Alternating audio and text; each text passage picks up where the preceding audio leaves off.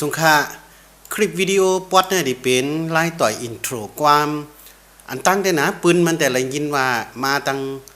เก่งใหม่นะปานเจ้าผ้าได้ก็เป็นว่าราตีเนาะราตีนะเป็นการขึ้นกันนะตีป๋องกันนะแล้วก็พี่น้องไต้เฮาใจเมาเนาะพี่ใจเมาออกมาห้องนะแล้วก็กำลืนมาดังก็พี่น้องมันก็เอากะห้องนี้ขึ้นมาละตีเนี่ยนะแล้วก็ใจเจิงหานนะเอามาห้องในจือความมันแต่ก็ดิเป็นขับกันเลยปีใหม่เนี่ยนะในข่อยใจเติงหานแต่ก็ขาต่อยไว้นะมีอย่างหลายๆในลอกมือตีในนะมันเป็นขี้แอบกันนะเขามาเตะกับเป็นอันหลายๆเนี่ยนะอันนี้นะ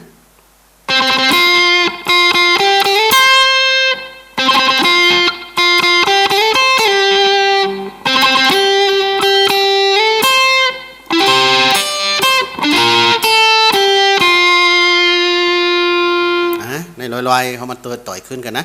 ทวินดินเพราะตีในเขาหลีเป็นตีแก้งก็ดีตีในหลีแหละลายแก้งมือเป็นสกีก็ตีในนะลายเขาไห้ก็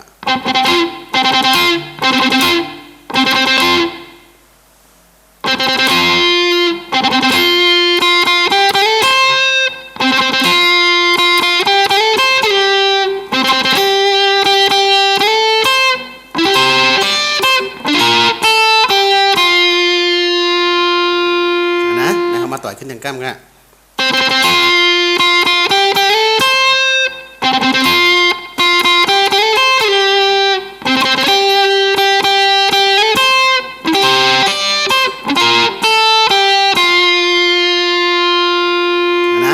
เป็นตีในนะขัดต่อยไว้ในแคปจังหานก็ตีไรพอไปมอนเฮาแก่งก็ตีในนะเฮาว่าดีไรแก่งนี่นะ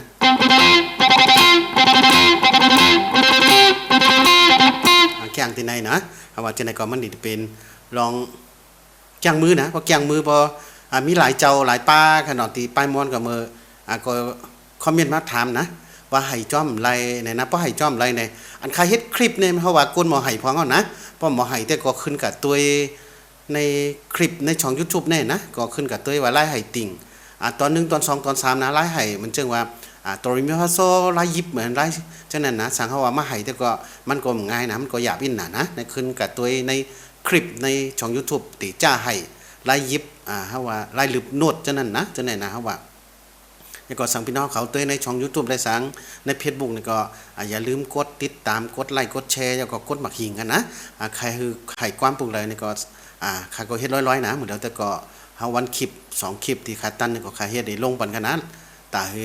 ไปมอนเฮาดีไล่ให้ล้มกันนะเฮามาให้ทั้งตอนกันนะเฮามาให้จอมแต่งบินครับกับนี่ค่ะ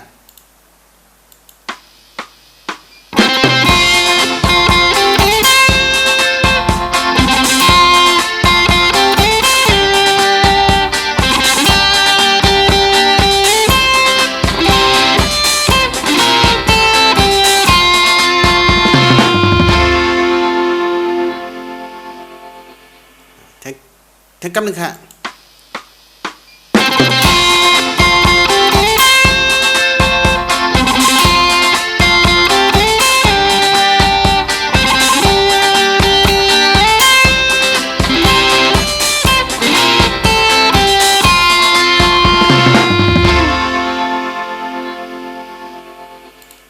พี่น้องเขาค่ะ